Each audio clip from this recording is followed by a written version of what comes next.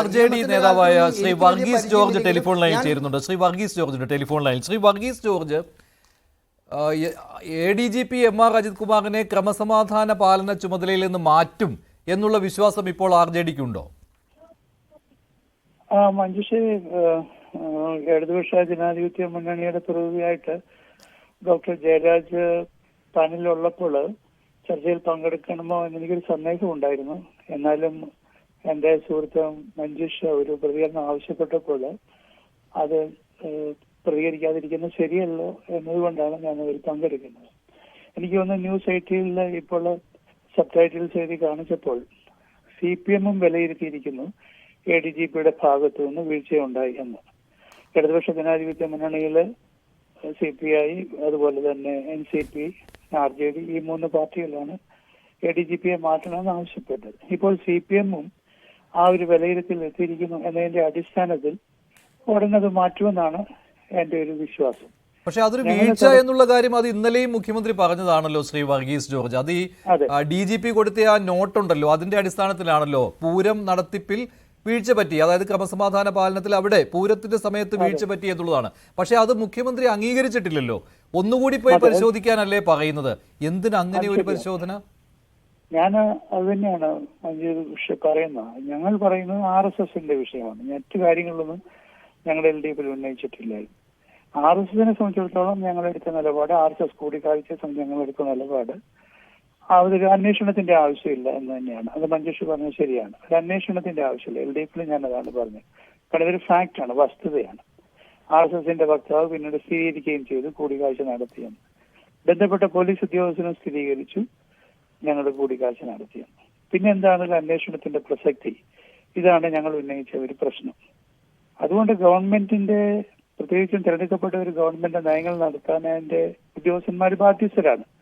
ആ നിലയിൽ കേരളത്തിലെ LDF ഗവൺമെന്റ് നയങ്ങൾക്ക് വിരുദ്ധമായിട്ട് പ്രവർത്തിച്ച ഈ ഉദ്യോഗസ്ഥനെതിരെ പിന്നീട് അന്വേഷണത്തിന്റെ ആവശ്യമില്ല, ഒരു നടപടിയാണ് ആവശ്യം എന്നാണ് ഞങ്ങൾ ആവശ്യപ്പെട്ടിരുന്നത്.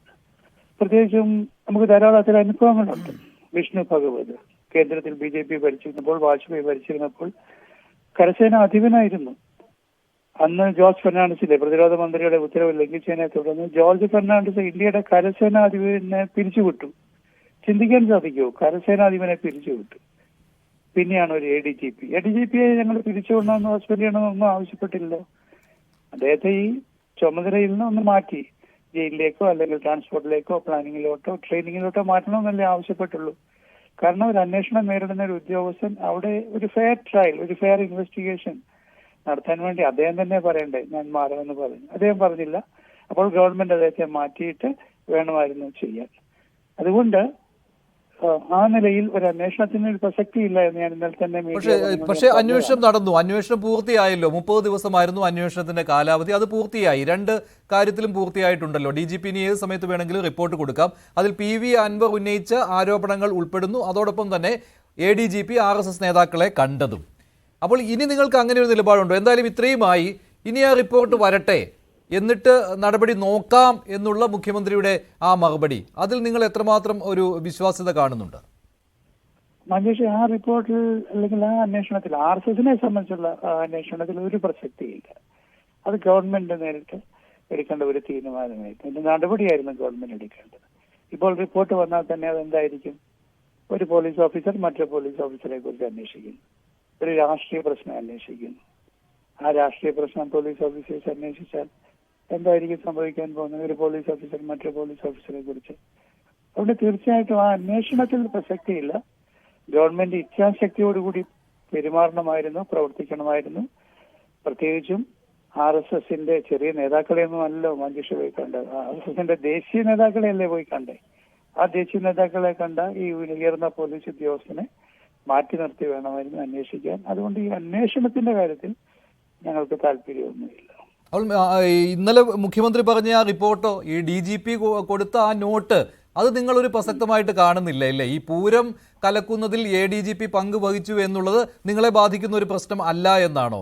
അല്ലെങ്കിൽ ആ റിപ്പോർട്ടിന്റെ അടിസ്ഥാനത്തിൽ വേണമെങ്കിൽ നടപടി എടുക്കാമായിരുന്നുവല്ലോ, അത് എന്തുകൊണ്ട് നടപടി എടുത്തില്ല? അങ്ങനെ ഒരു ചോദ്യമില്ലേ പാർട്ടിക്ക്? മഞ്ജുഷ, ഞങ്ങൾ LDF യോഗത്തിൽ ഈ പൂരത്തിന്റെ കാര്യം അതുപോലെ തന്നെ അൻവർ ഉന്നയിച്ച കാര്യങ്ങളൊന്നും പറഞ്ഞിരുന്നില്ല. പൊളിറ്റിക്കൽ ഇഷ്യൂ എന്നുള്ള നിലയിൽ ഇത് RSSന്റെ കാര്യമാണ് പറഞ്ഞത്. പിന്നീടാണ് പൂരത്തെക്കുറിച്ചുകൂടി അന്വേഷിക്കണമെന്നുള്ള ഒരു തീരുമാനം വന്നത്. അതൊരു സെപ്പറേറ്റ് ആയ ഒരു അന്വേഷണ റിപ്പോർട്ടാണ്. അത് വീണ്ടും അന്വേഷിക്കണമെന്നും പറഞ്ഞാണല്ലോ വന്നിരിക്കുന്നത്.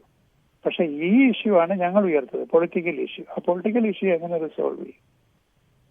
പക്ഷെ അത് കാര്യങ്ങൾ നീണ്ടുപോവുകയാണല്ലോ ശ്രീ വർഗീസ് ജോർജ്. അപ്പോൾ ഈ DGPയുടെ അന്വേഷണ റിപ്പോർട്ടിന് തന്നെ പ്രസക്തി നിങ്ങൾ കാണുന്നില്ല എന്ന് പറയുമ്പോൾ അപ്രസക്തമായ ഒരു റിപ്പോർട്ടിന്റെ അടിസ്ഥാനത്തിൽ നടപടിക്ക് വേണ്ടി ഇപ്പോൾ കാത്തിരിക്കുകയാണ് അല്ലേ? ഞങ്ങൾ ഇനിയും കാത്തിരിക്കുന്നു എന്നുള്ളതല്ല, ഞങ്ങൾക്ക് പറയാനുള്ളത് പറഞ്ഞു. ഇപ്പൊ തന്നെ ഗോവിന്ദൻ മാഷിന്റെ പത്രസമ്മേളനം ഞാൻ കണ്ടു. ഞങ്ങൾക്ക് വളരെ ആദരവുണ്ട്, നമ്മുടെ LDFന്റെ ലീഡറാണ്. പക്ഷെ ഗോവിന്ദൻ മാഷിന്റെ പത്രസമ്മേളനത്തിലും ADGP RSS നേതാക്കളെ കണ്ടത് തെറ്റായിപ്പോയി എന്നൊരു വാചകം പറയുന്നില്ല. അതിനെക്കുറിച്ച് അന്വേഷണ റിപ്പോർട്ട് വരട്ടെ, അപ്പോൾ ഞങ്ങൾ ശക്തമായ തീരുമാനം എടുക്കുമെന്ന് പറയുന്നു. നമ്മൾ റീറ്ററേറ്റ് ചെയ്യണ്ടേ, നമ്മുടെ പബ്ലിക് സ്റ്റേറ്റ്മെന്റ് നടത്തണ്ടേ?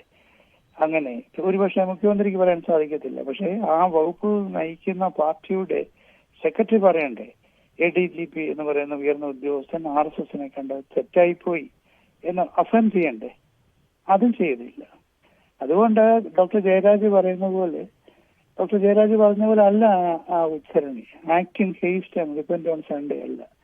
ഷേക്സ്പിയർ പറയുന്നത് മാരേജിനെ കുറിച്ചാണ്.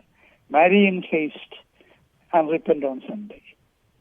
അതൊരു കല്യാണം പോലെ അല്ലത്. ഇതൊരു വലിയ രാഷ്ട്രീയ പ്രശ്നമാണ്. ആ രാഷ്ട്രീയ പ്രശ്നത്തിൽ ധൃതിയുള്ളൊരു തീരുമാനമല്ല, സാവധാനം വേണം എന്ന് ഡോക്ടർ ജയരാജ് പറയുമ്പോൾ ഈ പൊളിറ്റിക്കൽ ഇഷ്യൂ നമ്മൾ